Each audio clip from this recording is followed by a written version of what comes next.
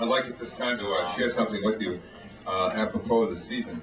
Leo Connellan is a Maine poet who lives in Connecticut and is in his 60th year.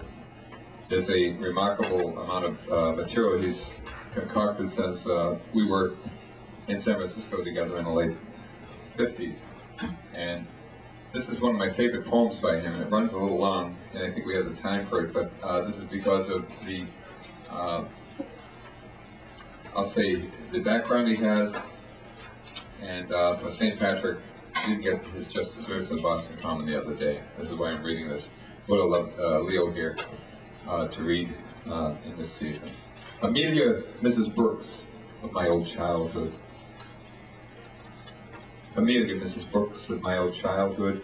I've come to you again. I was job training in New Jersey, and a letter came from someone we did not know. I asked my wife to read it to me over the telephone in vague, irritated curiosity, and it was from someone I had never heard of, your sister-in-law. She admonished that you loved me so much I ought to be ashamed of my neglect of you all these years. No, Amelia doesn't live with us. No, Amelia's across the bridge in Brewer in a nice nursing home, and her boys live nearby. No, Amelia don't know you're coming. I wrote you. It was my idea. I'll go telephone her now. You got a minute, haven't you? You go see her? This one resents. She can't put a finger on it, but there's something in the loose, free, easy way I materialize at a door from miles away within a week of receiving a letter she dashed off for whatever reason. Or was it just the overwhelming need to write? She can't put it into words, but what is it of her kind that has lost control of me? I move in and out and around them as I please, and if I please, I got away. She knows I got away.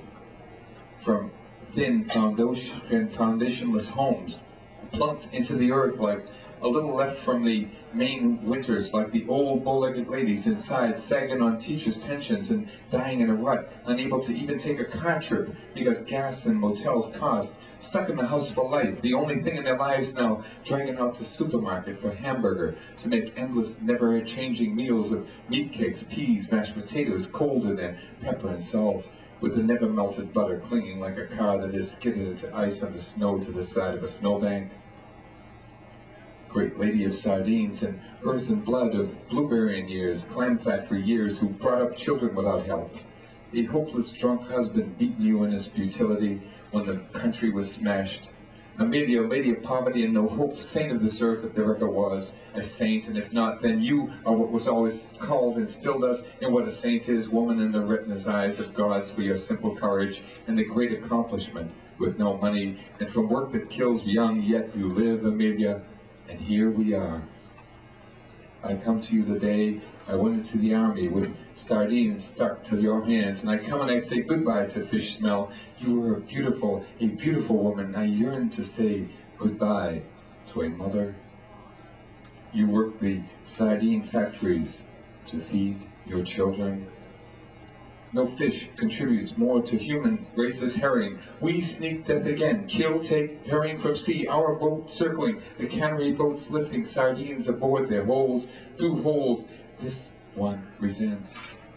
A seine round the fish in the moon black, draw a skin of net, pull close to the net bottom of the fish, suck through hose, to the cannery as soon as fish are aboard.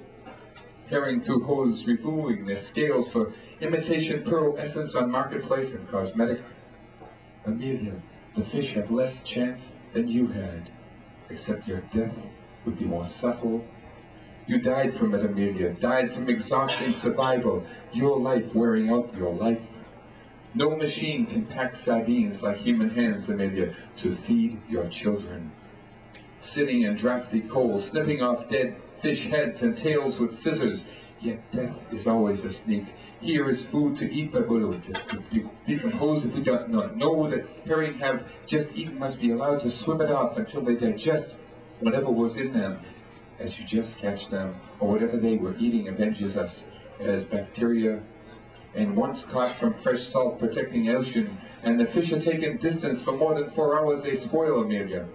Life is death, all spoiled. Amelia, You did go north. In a few years of winter fisheries to Eastport, freezing nets of 2.5-inch mesh, sunk to bottom of 20 fathoms water, fish catch frozen solid as bloaters, Amelia sitting in frigid, cold, icy sea, splashing wind and finding you through building cracks. The cooked fish come down with conveyor belts to you to pick up without breaking. They put them in cans of oil and mustard fast. You must work all day, or out of work to feed your children. And to feed your children, bending in blueberry fields, making your numb fingers pick fast to pick up fails quick without bruising blueberries. Vaccinium, that shrimp, growing wild on barren uplands of Maine, bearing clustered, mild, sweet-tasting fruit, either blue or purple or black, or coated with grayish powder. Amelia, you were paid not by the time you spent raking your bony hands, blistered, slippery flesh, but by the amount you raked. There is no other way to harvest blueberries other than to take and bend over from the waist, tough back, strong wrists, the strength put into you by your children, to feed, to pull far, to pull through the blueberry bushes with a gentle rocking motion, to feed your children. Amelia, how could you love Maine, the blue blood ocean, the black-green pines and the fresh yellow and green dandelions, with your nose plowed into the earth, or the stink of the dead, the sea? Although you were no whore, you were as exploited and paid for piecework to feed your children, and into the clam factories to feed your children.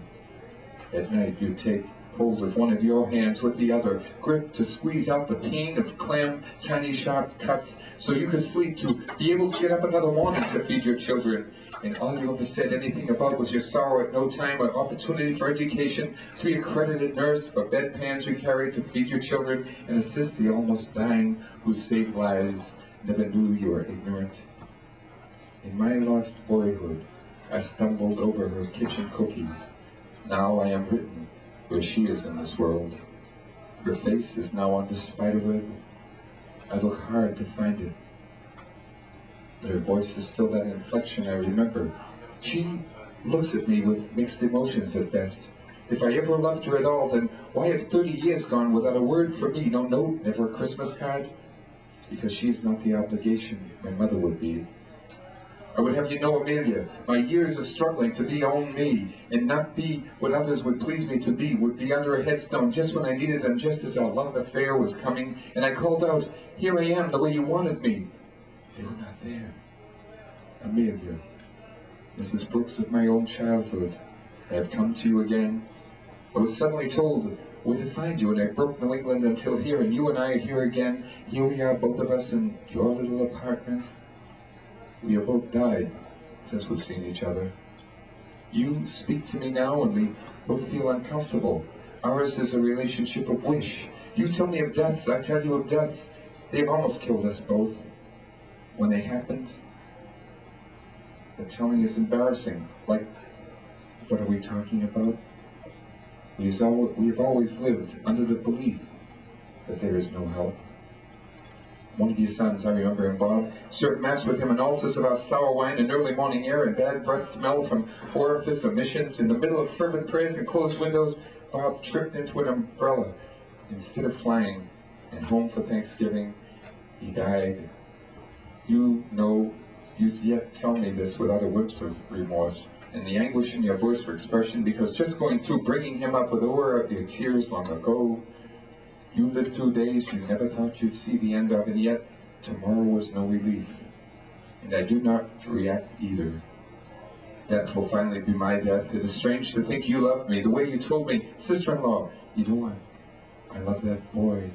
You would love to love me. I was a boy with no mother, and you had no one either, and often thought of dying and leaving your children without a mother. It makes you believe you love me, and in your old years, the memory of little me running around made you believe you love me. Now in this midnight of my own lost mother boyhood, we may never see each other again. A letter appeared, telling me where you were, and since I found myself still alive, I came to you once more. The sea is in your voice, and my life is etched in the lines of your face. If a woman like you wants to think she loves me, take me again in your heart, in my old childhood. For soon, the earth will cover us, and you will reopen on.